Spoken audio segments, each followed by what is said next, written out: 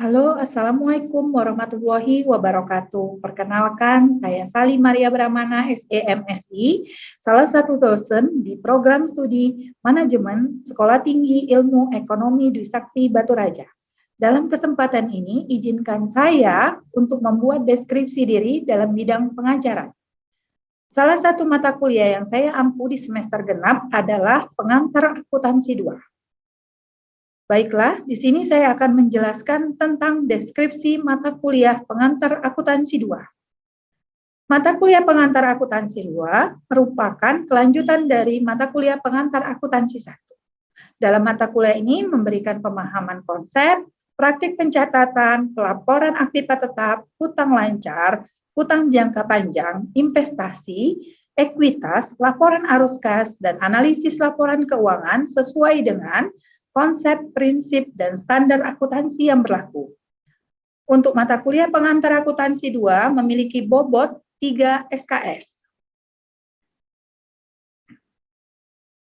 Capaian pembelajaran mata kuliah untuk mata kuliah pengantar akuntansi adalah: yang pertama, mahasiswa memiliki keimanan dan ketakwaan kepada Allah Subhanahu wa Ta'ala disertai dengan sikap religi dan sosial yang melekat kuat sebagai identitas diri. Yang kedua, mahasiswa mampu menjelaskan tentang konsep aset tetap, aset tidak berwujud, serta diharapkan mampu mengimplementasikan perhitungan dan pencatatan akuntansinya. Yang ketiga, mahasiswa mampu menjelaskan konsep gaji dan upah, wesel bayar, kewajiban lancar lainnya, serta diharapkan mengimplementasikan perhitungan dan pencatatan akuntansinya. Yang keempat, mahasiswa mampu menjelaskan dan mengimplementasikan konsep dan prinsip akuntansi dalam kegiatan perusahaan. Yang kelima, mahasiswa mampu menjelaskan tentang konsep persekutuan dan melakukan pencatatan akuntansi atas transaksi persekutuan. Yang keenam, mahasiswa mampu menjelaskan tentang konsep perseroan terbatas, organisasi dan hak pemilikan, serta dapat mengimplementasikan perhitungan dan pencatatan akuntansi atas transaksinya. Yang ketujuh, mahasiswa mampu menjelaskan konsep laba perusahaan, transaksi internasional, dan investasi jangka panjang dalam saham, serta dapat mengimplementasikan perhitungan dan pencatatan akuntansinya. Yang kedelapan, mahasiswa mampu menjelaskan konsep hutang obligasi, investasi dalam obligasi, serta dapat mengimplementasikan perhitungan dan pencatatan akuntansinya. Yang kesembilan, mahasiswa mampu menjelaskan konsep laporan arus kas, serta dapat mengimplementasikan perhitungan dan pencatatan, serta pembuatan laporan arus kas. Yang kesepuluh, mahasiswa mampu menjelaskan secara konsep teori dan menganalisis tentang laporan keuangan. Materi dalam satu semester untuk mata kuliah pengantar akuntansi 2, yang pertama, aset tetap dan aset tidak berwujud. Yang kedua, gaji dan upah, wesel bayar, dan kewajiban lancar lainnya. Yang ketiga, konsep dan prinsip akuntansi. Yang keempat, persekutuan. Yang kelima, perseroan terbatas. Yang keenam, laba perusahaan dan transaksi internasional dalam investasi. Yang ketujuh, utang obligasi dan investasi dalam obligasi. Yang kedelapan, laporan arus kas. Sedangkan yang kesembilan adalah laporan analisis laporan keuangan. Sistem pembelajaran yang saya gunakan adalah kuliah tatap muka. Metode pembelajaran ceramah dan diskusi. Sistem penilaian unjuk kerja atau latihan soal. Materi pembelajaran yang akan saya sampaikan adalah tentang persekutuan. Kemampuan yang diharapkan di pertemuan ini adalah mahasiswa mampu menjelaskan karakteristik persekutuan, pendirian persekutuan, pembagian laba atau rugi, pembubaran persekutuan, melikuidasi persekutuan, serta dapat mengimplementasikan perhitungan dan pencatatan akuntansi persekutuan.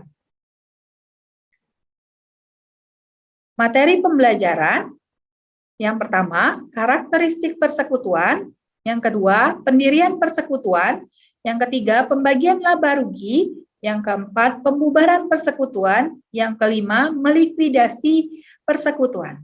Demikianlah untuk capaian pembelajaran dan materi pembelajaran untuk mata kuliah pengantar akuntansi 2, dan untuk materi yang akan saya sampaikan pada hari ini adalah tentang persekutuan. Baiklah, berikut video yang pembelajaran yang akan saya sampaikan. Terima kasih. Wassalamualaikum warahmatullahi wabarakatuh. Oke. Assalamualaikum warahmatullahi wabarakatuh.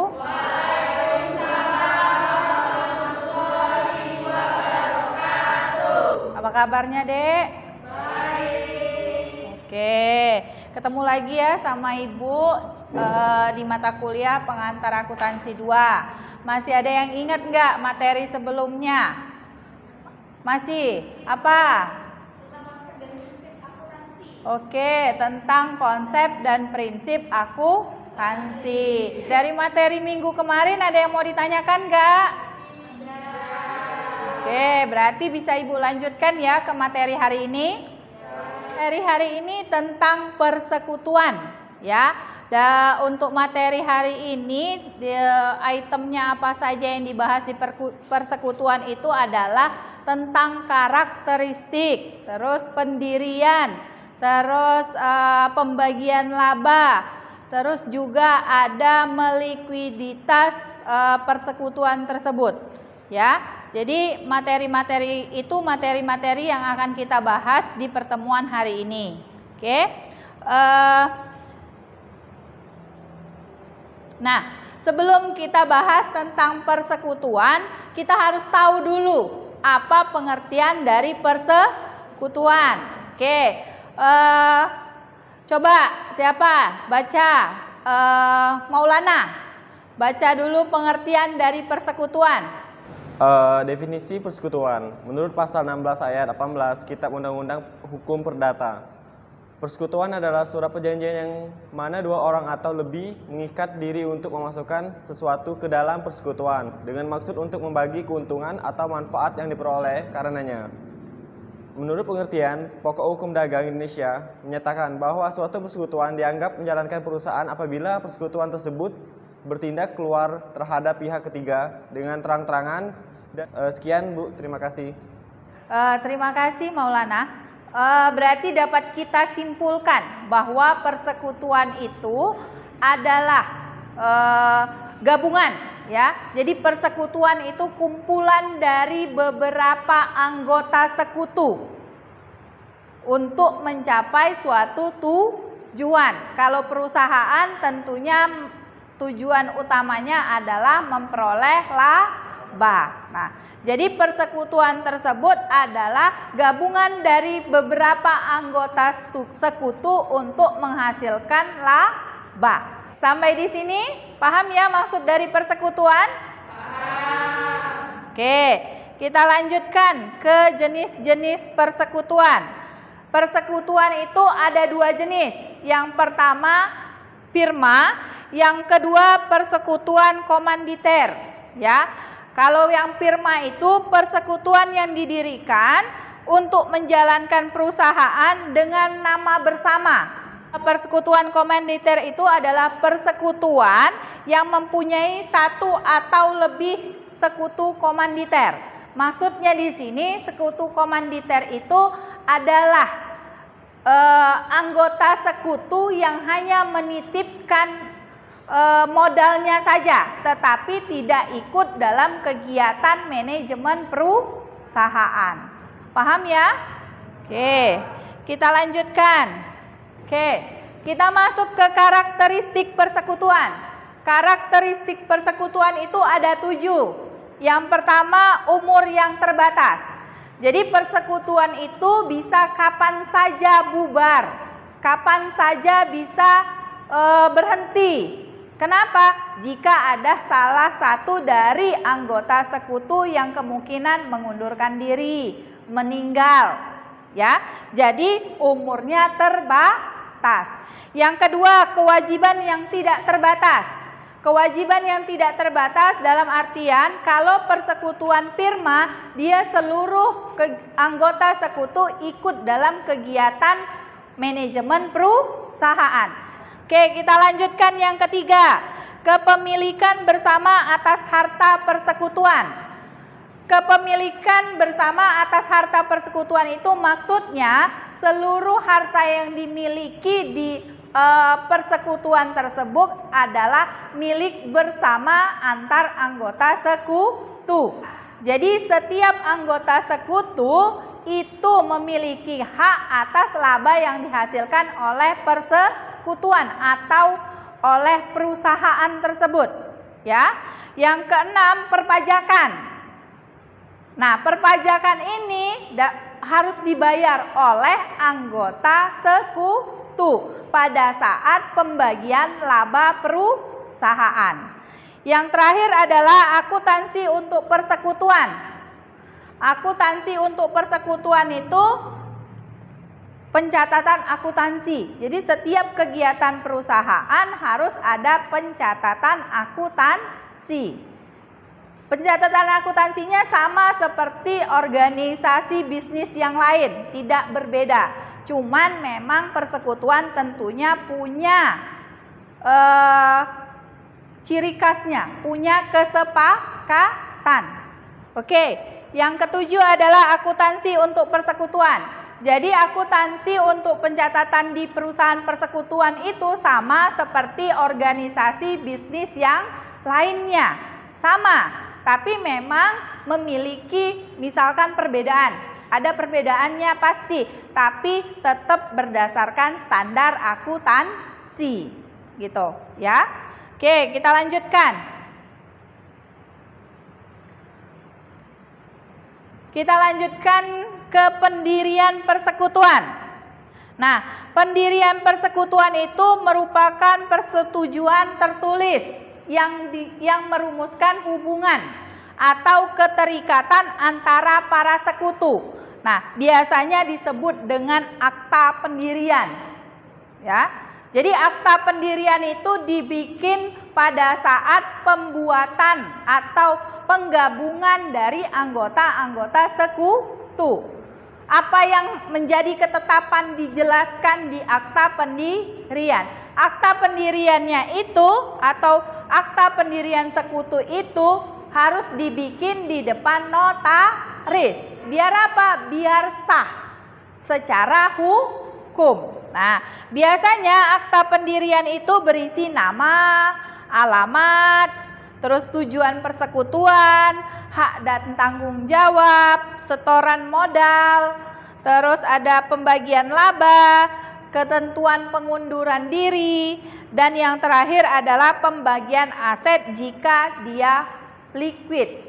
Ya, jadi kalau perusahaannya bangkrut gimana? Itu dijelaskan secara keseluruhan di akta pendirian.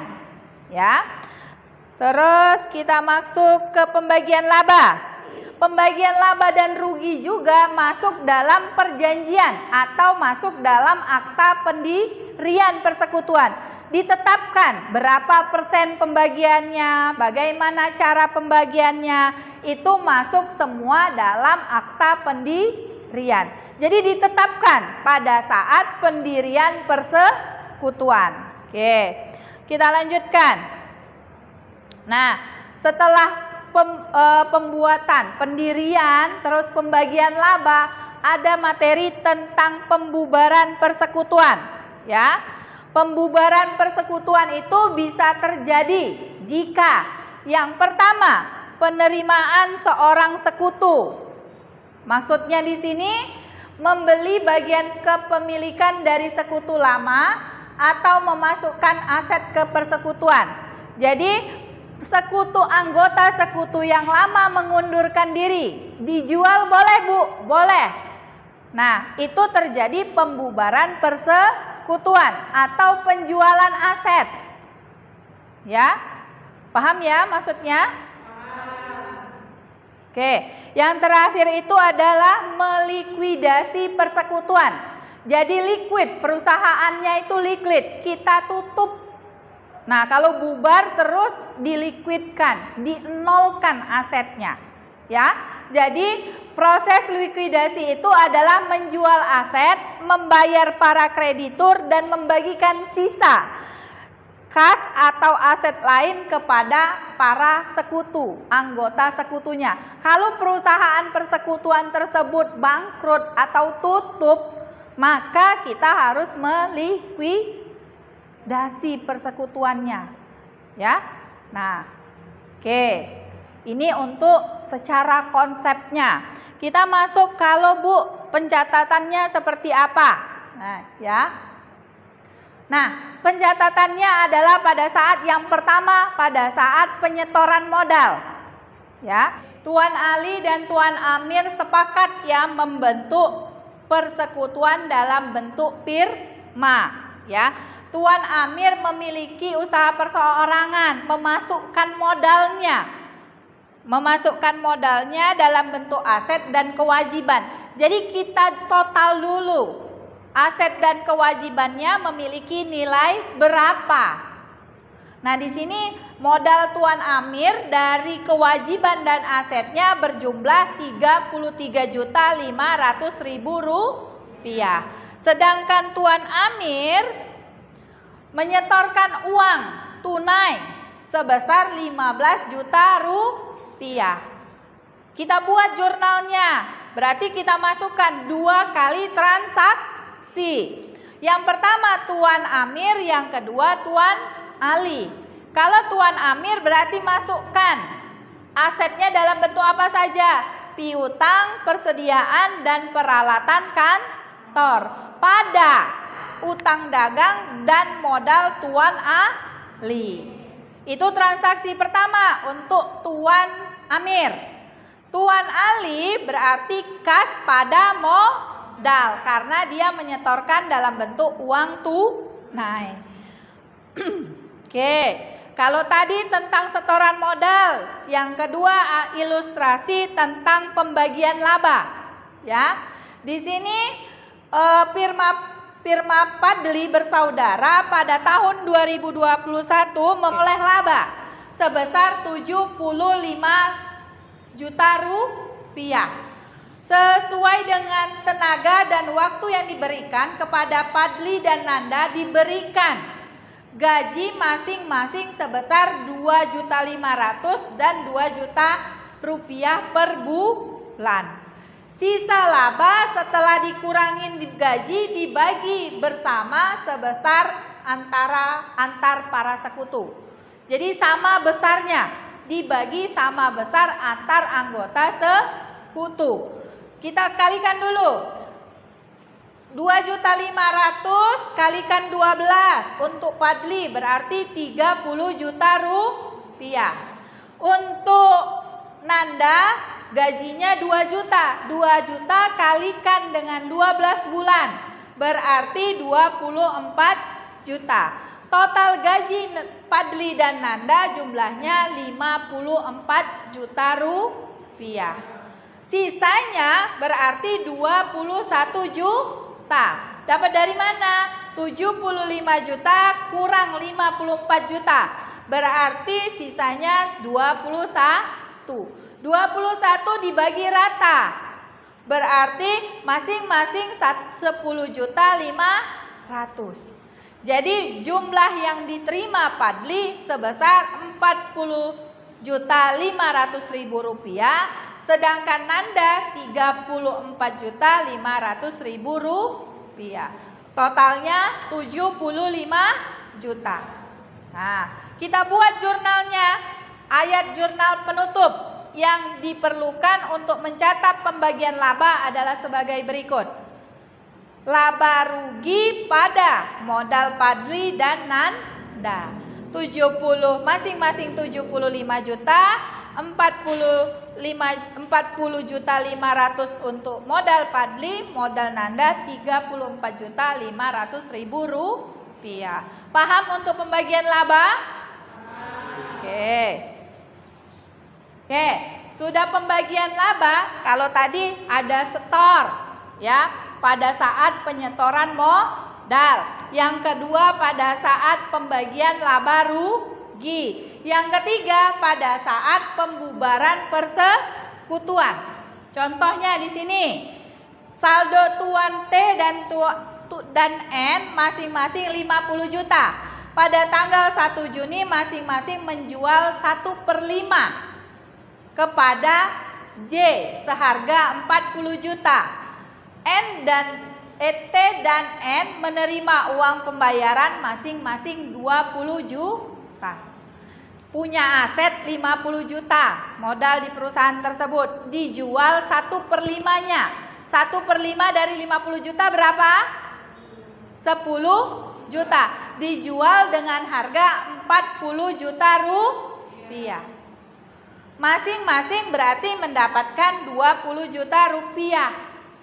Nah, jurnalnya adalah modal T, modal N pada modal J. Totalnya berapa? Bukan 40 juta yang diterima, tapi masing-masing 10 juta pada 20 juta. Paham ya? Oke. Yang terakhir adalah proses likuidasi. Nah, contohnya di sini F dan G dan H membagi laba rugi masing-masing dengan rasio 5:3:2. Pada tanggal 9 Juni 2022, setelah persekutuan menghentikan operasi dan menutup akun-akun atau perkiraan-perkiraan, disiapkan neraca saldo sebagai berikut. Jadi setelah penutupan didapat neraca saldo sebagai berikut. Kas jumlahnya 11 juta, aset bukan kas 64 juta, kewajiban dikredit 9 juta, modal F 22 juta, G 22 juta, H 20 juta. 22 juta totalnya 75 juta rupiah. Itu. Jadi neraca saldo dari kegiatan operasional pada saat penutupan ini, ya. Nah, gimana cara liquidnya? Tadi perbandingannya adalah pembagian labanya 5 banding berapa tadi? Banding 3 banding 2. Nah, dibuat dulu. Nah, perintahnya di sini menjual aset bukan kas 72 juta dikurang dengan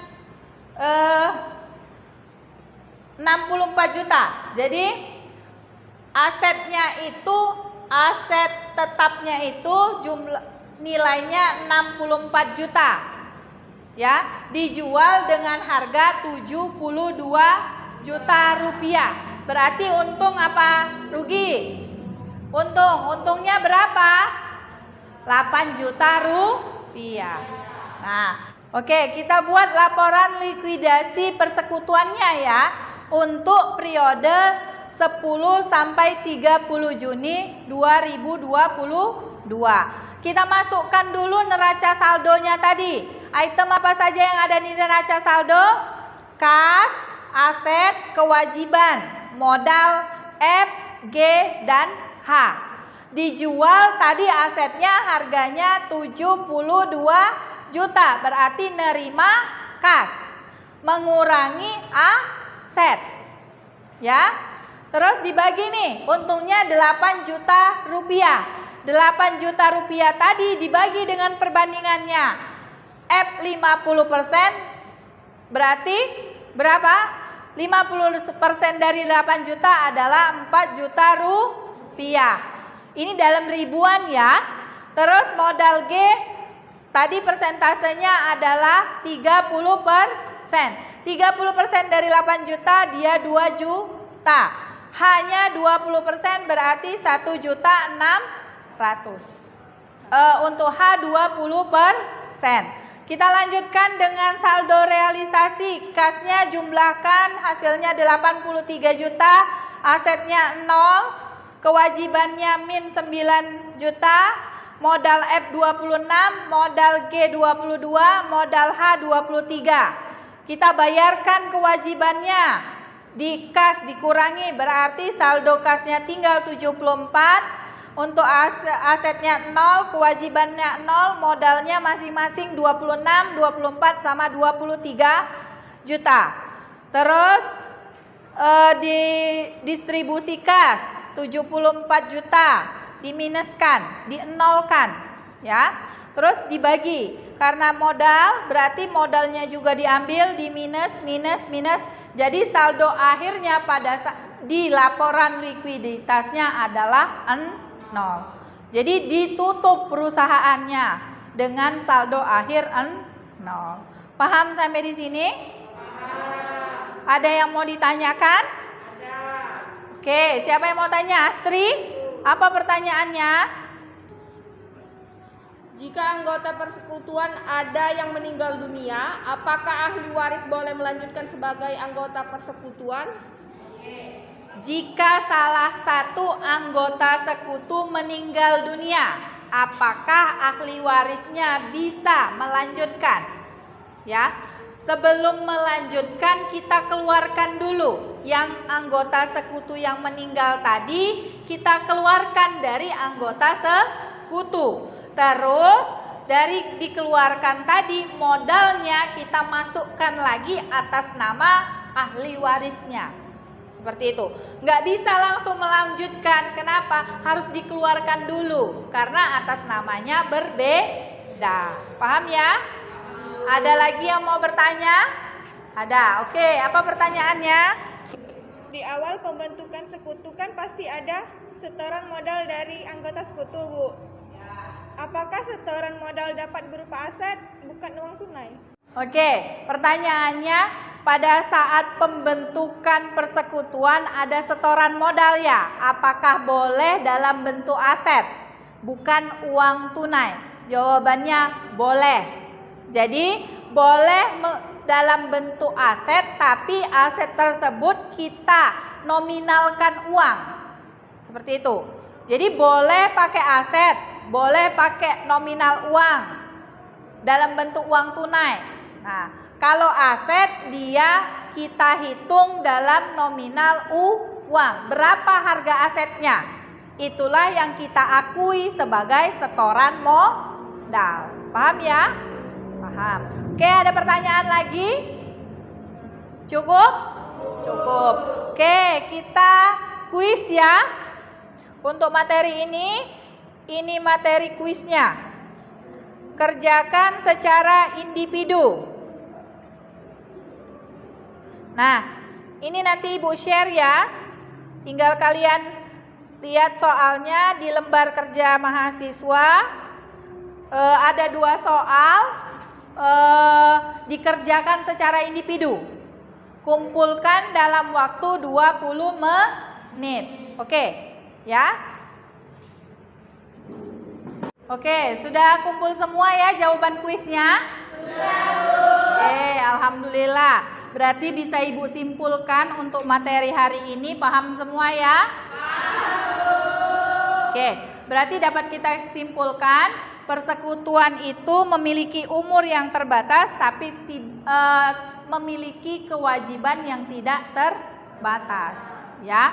Jadi pencatatan akuntansinya dimulai dari pendirian, setoran modal, pembagian laba, terus penutupan, terus yang terakhir adalah melikuidkan perusahaan persekutuan tersebut. Jadi dilakukan pencatatan akuntansi seperti pencatatan akuntansi pada organisasi pada umumnya. Jadi pencatatan akuntansinya sama seperti organisasi bisnis lainnya, ya. Jadi sama, nggak ada perbedaan antara pencatatan akuntansi persekutuan dengan pencatatan akuntansi perusahaan atau organisasi dalam bentuk lain, seperti itu. Oke ya. Untuk pertemuan berikutnya kita akan membahas tentang perseroan terbatas.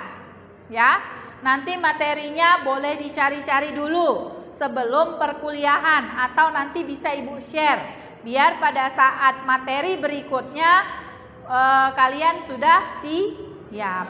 Oke. Cukup ya hari ini? Cukup? Oke, bisa Ibu akhirin ya perkuliahan kita hari ini? Oke, Ibu akhiri. Wassalamualaikum warahmatullahi wabarakatuh.